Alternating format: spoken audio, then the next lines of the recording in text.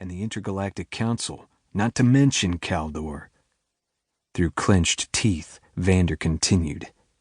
That means Lumerian secrets are at risk. We're at risk. She's no innocent. Whatever setup she has going here, we need to find out what she's up to and who she's been working with. Who is she actually supposed to be meeting here? Don't forget, she's not even using her real name. She started this. We're just playing her game. Falden's frown only deepened. He knew the stakes. Every Lumerian knight still in hiding was at risk. Every Kaldorian, every human.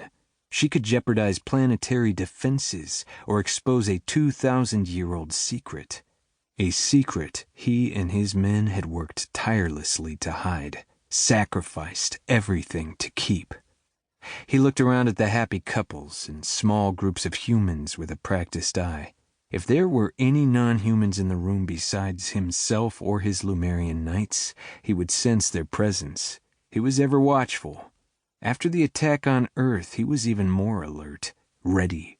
His senses were better than any humans. He could see better, move faster. No one would get past his knights, but if they did, he would make short work of them. Assured that for the moment they were safe, he allowed himself to think about the mysterious female reporter. She may be able to lead them to the traitors who had taken down the planetary shield. The breach in Earth's defenses had allowed the Vilitas to come in undetected in a surprise attack. He knew there was an expanding black market on Earth. They were selling everything from ancient alien artifacts to advanced research, weaponry, and secrets.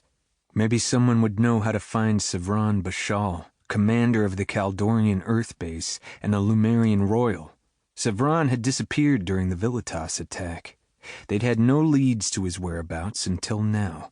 Until this human. He would do whatever was necessary to accomplish this mission. Lives were at stake, including the female reporters he was about to meet. If she managed to expose even one of his people's secrets, their enemies wouldn't hesitate to kidnap and torture her for information. And the Vilitas were usually the scouting party for much more violent and formidable species, beings and civilizations that King Dagon of the Kaldorians had chosen not to discuss with the humans and their many competing Earth governments. But every Kaldorian warrior knew the truth, as did Falden's knights. There were far worse fates than death. Gareth, his second-in-command, cut into Falden's thoughts with a deep baritone through the communication device. I read the reviews. One human said he'd been going about dating all wrong for years. Always lost the girl because he was a nice guy, until he started following the nice guy's guide to the hookup. Now he's out with a new girl every weekend. Falden's eyes narrowed. I've never had to resort to these kinds of tactics to gain a female's attention. He didn't have time for female entanglements to begin with, and he most definitely had no interest in courting a new female every week. Well, we're not talking about our women, Vander growled angrily, as most of them are dead. We're talking about human women and what they like.